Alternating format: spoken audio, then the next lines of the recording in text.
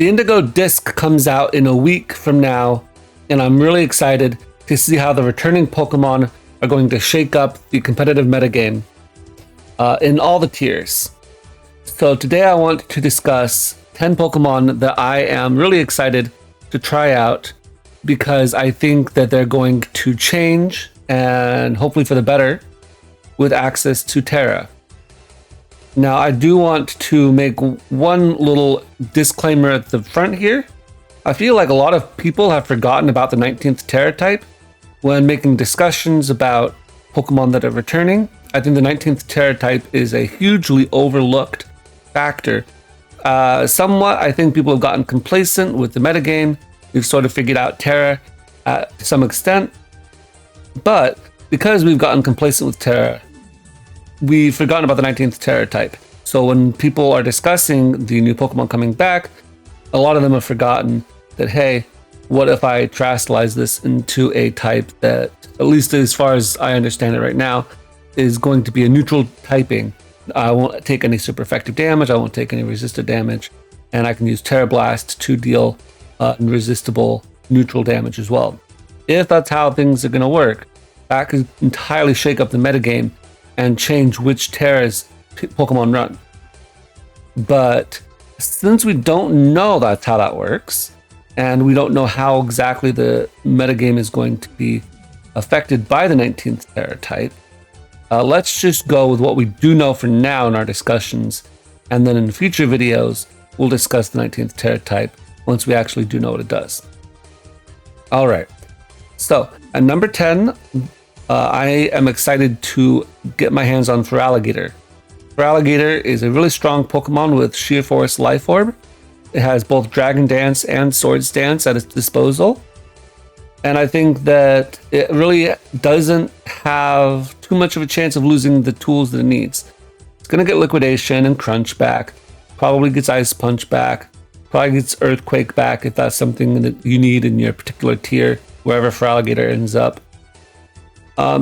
So I really think that it's set.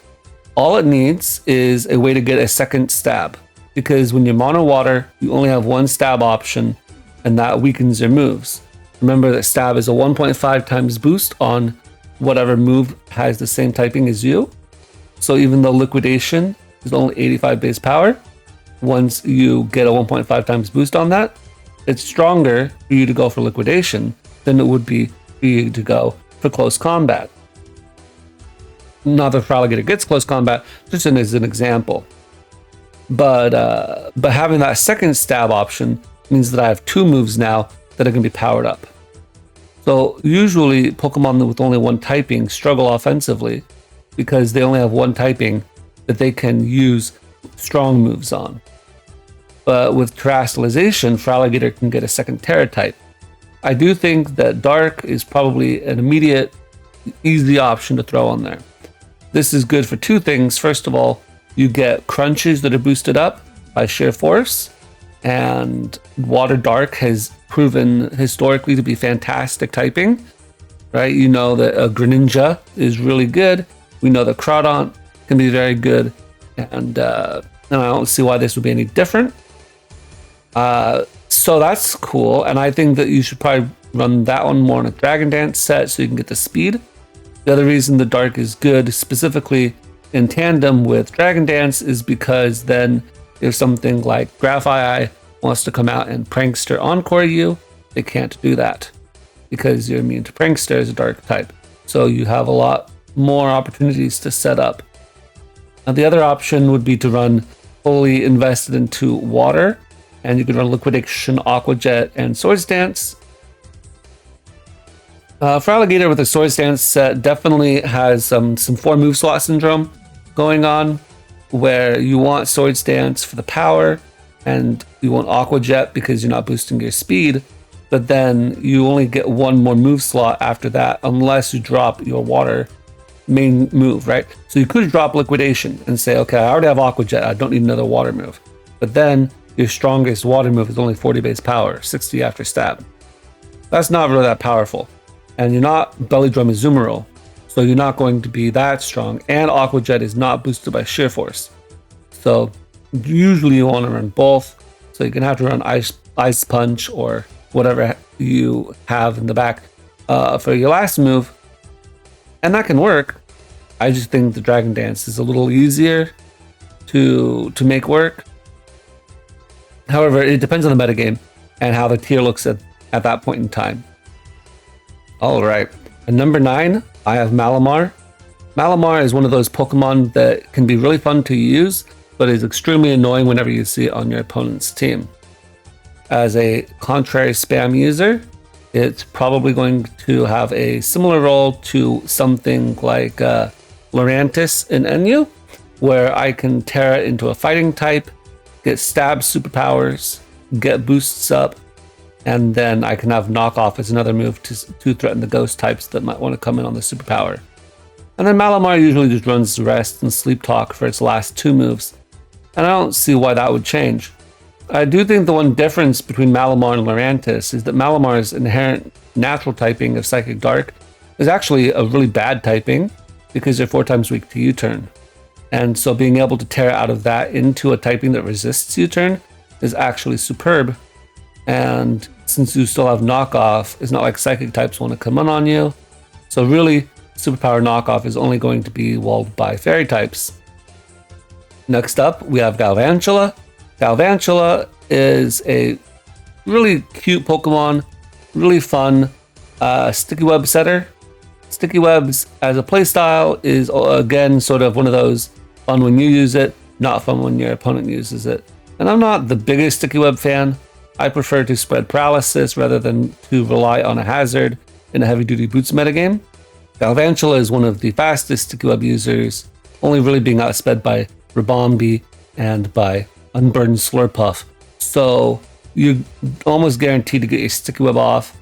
And Galvantula has access to Compound Eyes, which while isn't the greatest ability, it does allow you to hit those thunders really accurately. Now, if we look at Galvantula's stats, it does have 108 speed, which isn't bad. It's not OU material. Really, Ribombee does well in OU because it is so fast that it even is fast for OU, whereas 108 speed isn't even 110. Like in OU, this is a pretty middling speed of a Pokemon. You've got to hit at least 111 or 112, right? Before I can even consider you moderately fast. And if we look at its special attack, it's only got 97 special attack. It's actually a really weak Pokemon, relatively speaking, for a special attacker. And if you want to compare this to a different Pokemon, you can actually compare Galvantula to Noivern, which I just made a whole video about, exploring why Noivern struggles in some tiers and can do well in other tiers. You can check that out after this one. But it has the same special attack stat, so it really struggles to break anything. And similar to Noivern, it also doesn't get any access to boosting moves. So no Nasty Plot, no Calm Mind, things like that. So you're stuck with the amount of power that Galvantula has, which is not a lot, unfortunately. So you do have Thunder, which does make up for it somewhat, but then for coverage, you don't really have much power at all. You do get Energy Ball for water ground types, which is useful. But Galvantula probably is going to want to run Terra Blast in its last slot if it's not going to run Volt Switch, because that allows you to run Terra Blast Ice. I think Terra Blast Fire could also be really fun. Of course, you're going to struggle with things like Gligar or Landers, I suppose, if that happens to be a thing. But, you know, it'd be useful for things like Scizor, for instance. If I were running this in UU, I could hit it for a really strong hit. Or if they go into a grass type, because maybe they're maybe it's Jump Bluff, I don't know. Some grass type that doesn't care about Bug Buzz, which you could also run. And then you can run Terra Blast Fire, which would be interesting. It also lets you resist fire in case that's something that comes into play. Cobalion is an interesting Pokemon because it really isn't the strongest Pokemon.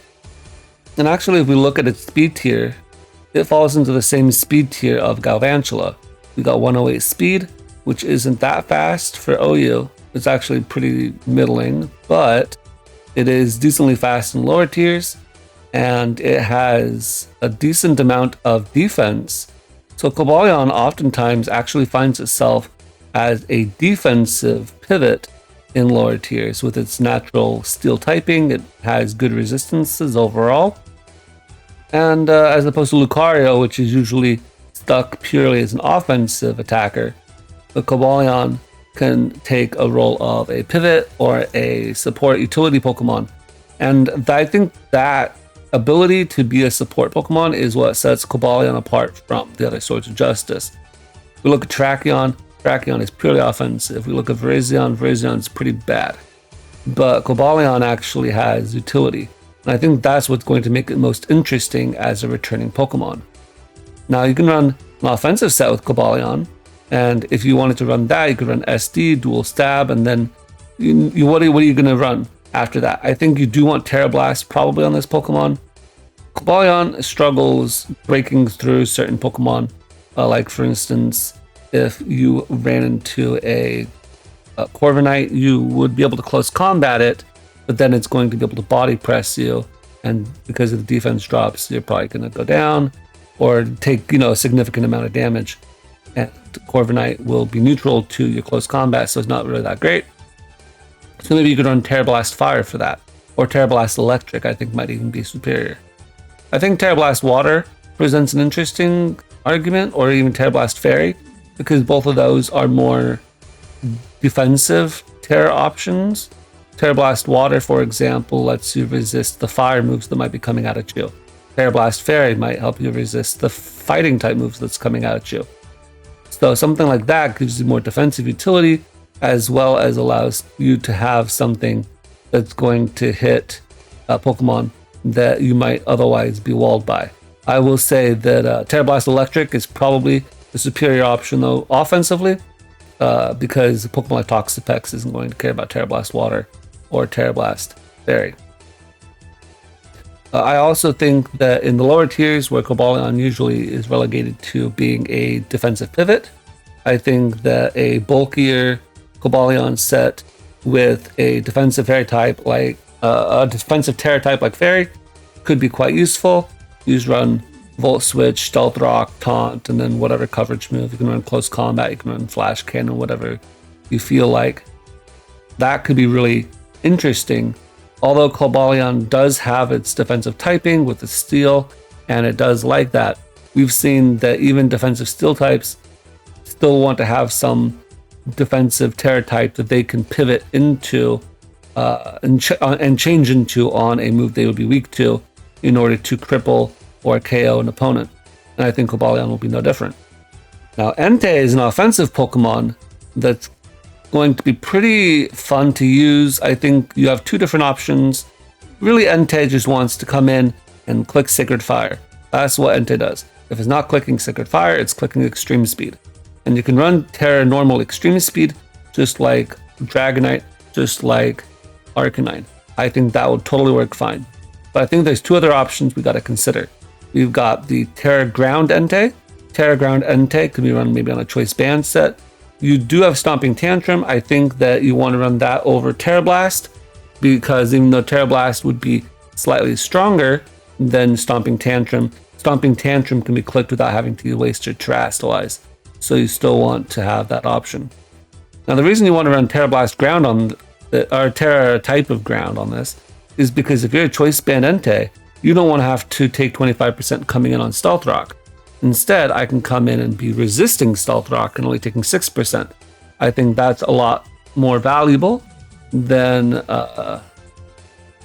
having some weird Tera Blast type in the back that you can use, like Tera Blast Electric. I don't think that's as valuable. I think having the resist to Stealth Rock is really good, and it does power you up on the Stomping Tantrum. Now, the other option, of course, is to just say, I want my fire power, and you can have fire power. What a Tera Blast Fire does, or Tera type of fire does for you, that's interesting, is that it allows you to run heavy duty boots. Of course, you could run Choice Band, Tera Fire, Sacred Fire, or Flare Blitz, but I think that might be a little bit overkill.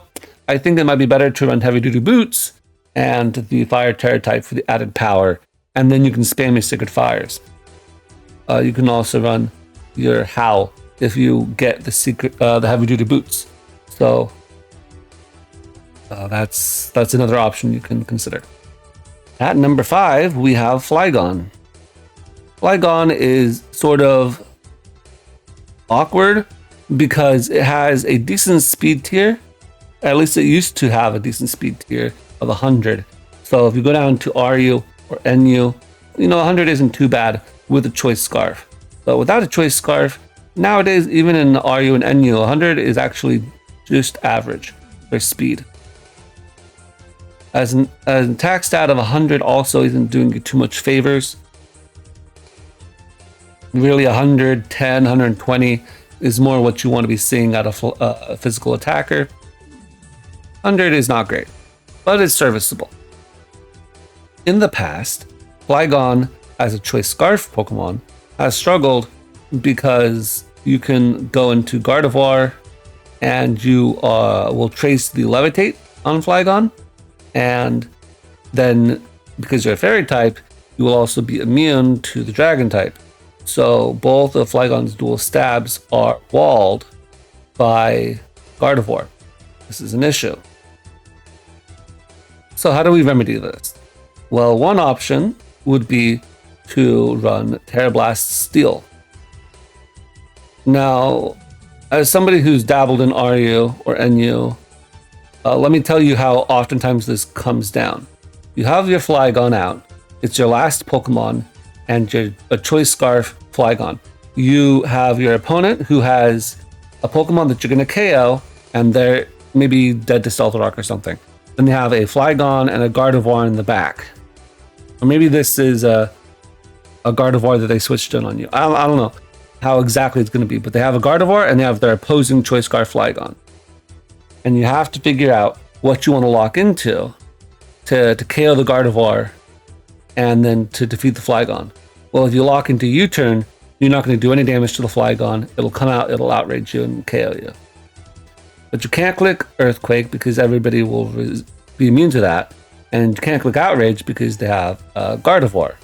Well, if I have Tera Blast Steel, then I will kill the Gardevoir easily. And because now I'm a Steel type, I resist the Outrage or the Scale Shot from the Flygon. And because I have Levitate, I will still be immune to the Earthquake. I'll resist U-turn. The only way they're going to hit me is if they have Fire Punch. So, Tera Blast Steel, pretty interesting option. You can also run Steel Wing if you like 90% chances to hit. I do not. I don't think the 90% chance and the 5 weaker really gives me a compelling case to use Tera Blast. I know I just got done talking about how Stomping Tantrum was just as good as Tera Blast Ground, but I think Tera Blast Steel over Steel Wing is a better option. Only time I want to click Tera Blast Steel or Steel Wing or anything is if I have to deal with a fairy, and in most cases you're going to want to be safe rather than sorry. You can also run Tera Blast Poison, but I don't think that's nearly as good. First of all, against the Flygon, it's not going to hit an opposing Flygon very much because Poison doesn't deal well with ground type, and also you do have to worry about the Gardevoir randomly clicking Psychic move on you. So the Steel typing will resist both Moonblast and Psychic, and so I think that's the best for the Choice Scarf Flygon. Of course, Flygon can also run Dragon Dance sets nowadays, and you got Dragon Dance, Earthquake, and you also have a myriad of options. It also remains to be seen if Flygon will get back Defog, and so Flygon could find itself in sort of an awkward situation depending on which moves it gets back and which tier it ends up with and which Pokemon it has to fight. But I do think that it will benefit from having the Tera Blast. Next up, let's talk about Zekrom. Zekrom really is just going to do what Zekrom has always done. I think you can put Tera Blast on Zekrom as well if you so desire. I don't think you need to. I think it all depends on what's in the tier, because you can also you got so many options, right, on Zekrom. You got the Fusion Bolt, you got the Outrage if you want to do that, you got the Scale Shot if you want to do that. I think since the introduction of Scale Shot, a lot of dragons really like the Scale Shot.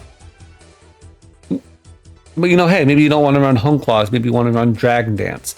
Since you don't have Swords Dance, maybe Dragon Dance is just as good as Scale Shot to you. If that's the case, then you can run Dragon Dance and Outrage, and that would be fine too. You can run the Dual Wing Beat, I guess, technically, if you wanted to deal with Koraidon, but I don't really think that's a good idea. You can run Bolt Strike as well, of course, but you know, we were sort of assuming that was coming along. But what is the last move? I think Tera Blast Fire could be really good. It hits Pokemon that are grass type, especially something like Ferrothorn were to come back. We don't know if that's coming back, but let's pretend it were. Then Tera Blast Fire would allow you to break through Ferrothorn in a way that you couldn't before. Like, you didn't ever have the ability to break through Ferrothorn. A very common Uber's Pokemon was Zekrom, but now Tera Blast Fire would allow you to do that if Ferrothorn comes back. And number 3, we have Toucanon.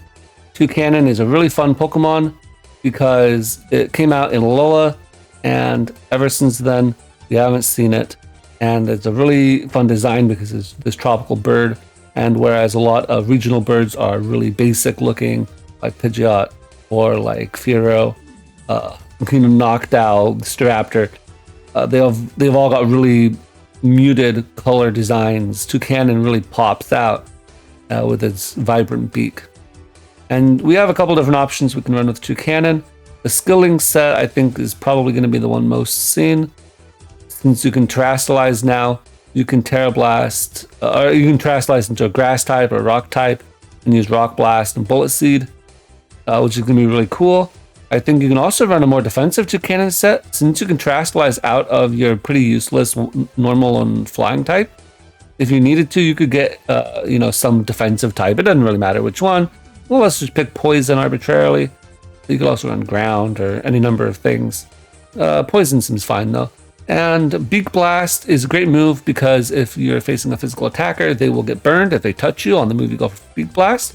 So that's something that a physical attacker has to keep in mind. Of course, if you're fighting a Guts user, they're not necessarily going to care. But since we chose the Poison Tera, that would be a problem for a fighting type, and you would get a turn to go for Beak Blast. Of course, if they go for Facade, that's the story. You have Knockoff for utility, assuming you still get Knockoff. I'm assuming Toucanon will get Knockoff, and then you can U-turn and Roost, and I think that will round out a pretty decent set. If Toucanon still gets Defog as well, that could be something else to add onto the set, although you'd have to decide what to drop at that point. Speaking of regional birds, I love Dodrio, my favorite regional bird from Gen 1, and Dodrio is not the greatest Pokemon, I'll be the first to admit, but it is decently fast for the lower tiers. It has base 110 speed, so it's outspeeding our boy Galvantula, and it's got 110 attack stat, which means it's out damaging Flygon. So the only thing it really has going for it is that high speed stat and the fact that it can spam Brave Bird. It does get Swords Dance, which is nice, but it doesn't really have any defenses. So even on a screens team, you're gonna struggle setting up with Dodrio, and there's where you really run into a problem. On paper, Dodrio can two-shot a lot of Pokemon or OHKO them with Swords Dance, but when almost every Pokemon can OHKO you in return, it's rough for Dodrio. However, that isn't going to stop us from trying, and I think the first thing you need for Dodrio is coverage. Normal and flying spam isn't terrible, but if they have a ghost type that's a little bit bulky, you want to have something for that. And Dodrio doesn't get anything really good for that. I mean, you do get Knockoff if it still gets it when it comes back, which again remains to be seen.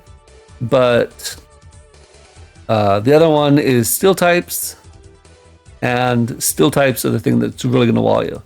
Dodrio did get Jump Kick in the past, but in Gen 8, when it did come back in Gen 8, it did not get Jump Kick. So if it gets Jump Kick, then we're good. But if it does not get Jump Kick, then we're going to be sad. So I'm going to assume that it's not going to get Jump Kick, but it could. If it does get Jump Kick, then you can toss that on. But we can also run Tera Blast Ground or something like that. I think Tera Blast Ground is actually not a too bad option. It deals with rock types, it deals with steel types, it can deal with fire types, maybe that have flame body and you don't want to touch them, like Colossal, for example. And we do a lot of damage to those. And then finally, my number one Pokemon that I'm most excited for to come back is actually Rhyperior and Rhydon. We're going to cheat a little bit and toss Rhydon into the mix here as well. I'm not even really that big of a fan of Rhyperior's design. I don't really think it looks that cool as a Pokemon. But in terms of how Rhyperior plays, I'm all about it. Rhyperior is a very slow Pokemon and a very powerful Pokemon.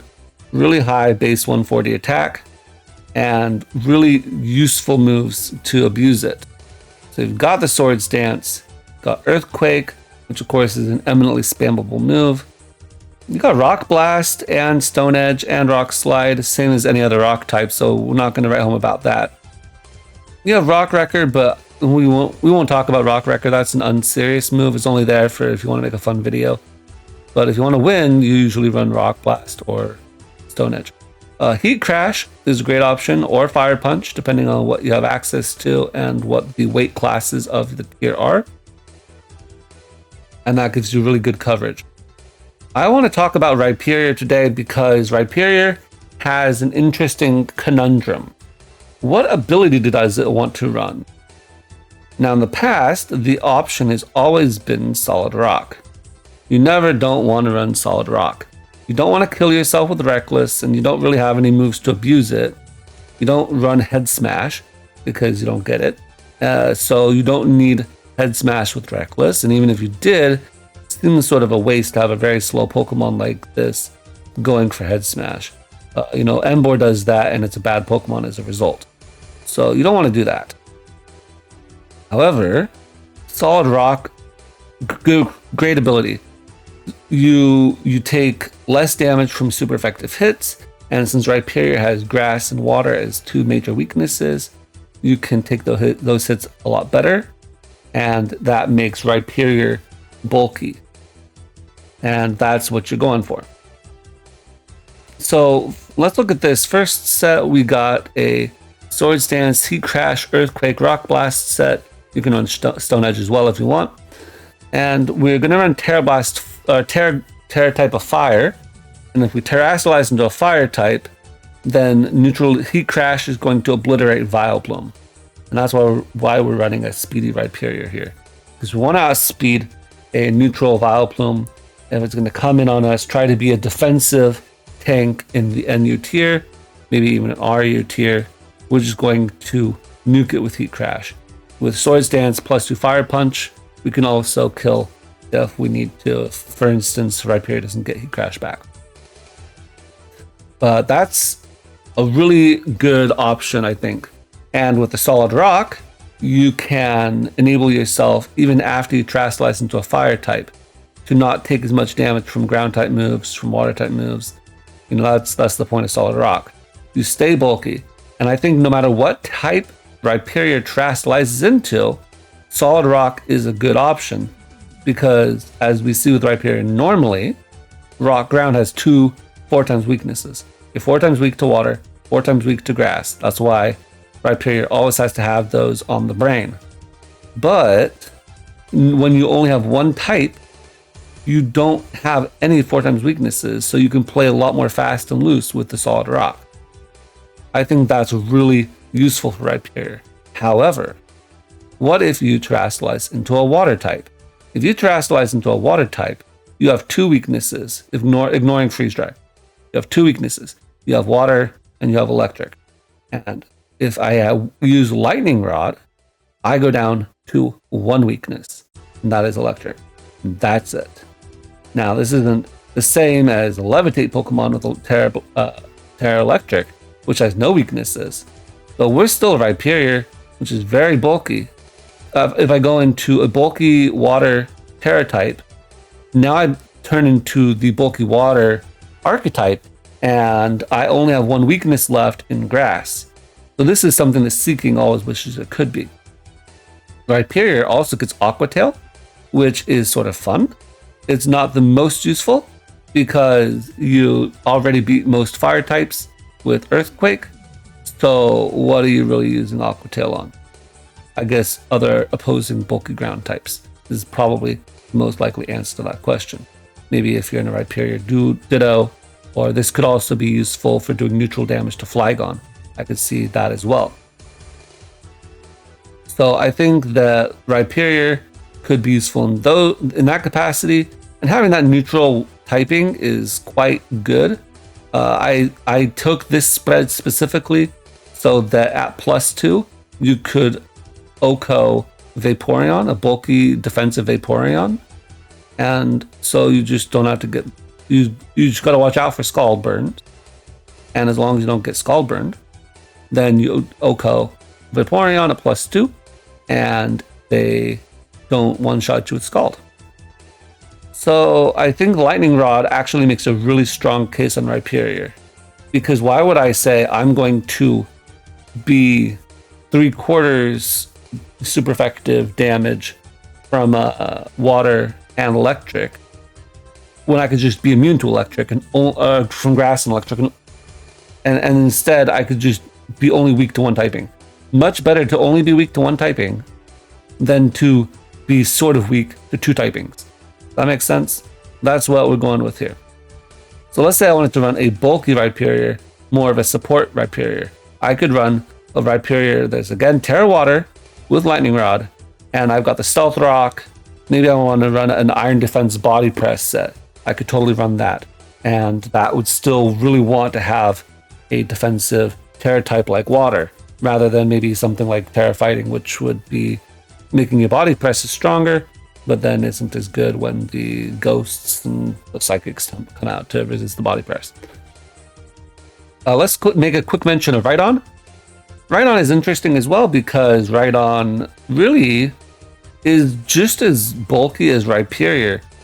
Rhyperior has 115 HP versus Rhydon's 105, and 130 defense versus Rhydon's 120. And Rhyperior has 55 SPDF versus Rhydon's 45 SPDF. So it's got 10 more points in all of its defensive stats, which is good. And with Solid Rock, that makes Rhyperior the more universally solid option defensively. But with an Eviolite boost, Rhydon actually does become bulkier than Rhyperior, I'm pretty sure. And Rhydon, as long as it doesn't get knocked off, then should be able to be more bulky than Rhyperior when it's terastallized. So as opposed to Rhyperior, which had Solid Rock, now if Solid Rock isn't really that big of a deal, because I'm mostly going to be taking a neutral damage if I terastallize into a defensive Tera type, Rhydon can terastallize into a number of typings, and it'll still be able to get that benefit. For example, if I'm Rhydon Tera Water, I still have the Lightning Rod ability. I'm only weak to one typing. Same as Rhyperior. But now I have the Eviolite boost, which gives me more effective defense than Rhyperior. And Rhyperior is stronger than Rhydon. Rhyperior is 140, Rhydon's 130. Again, I got 10 more stats. Even has 10 more special attack if that's something you cared about. Same speed stat though, really. So you're not losing anything in terms of speed when it comes to Rhydon versus Rhyperior. And you got basically the same moveset that you can run there. So then it becomes a matter of flavor and whether or not you're threatened by knockoff. Because if you're not threatened by knockoff, then Eviolite really is quite valuable. And I think this is really fun because it's the first time really that Rhydon and Rhyperior have been able to use their Lightning Rod outside of a doubles capacity, where they can still redirect electric moves from a water teammate. So I think the Rhydon and Rhyperior are really fun options in lower tiers. Of course, in Rhydon's case, just because you're bulkier than Rhyperior doesn't mean you're going to be better. You can see that with Piloswine versus Mamoswine. Mamoswine is just that much stronger, faster than Piloswine. You want to run it for that. But when both Rhydon and Rhyperior have the same exact speed stat, and they're only a little bit different in terms of damage output, and Rhydon is actually the bulkier of the two, there's a possibility that Rhydon might be better. I'm not entirely convinced of that, and there could be reasons why it's not true. But both of these Pokemon, I definitely want to try them out when they come out. And that'll be it for me today. I'll see you in a week when the DLC drops.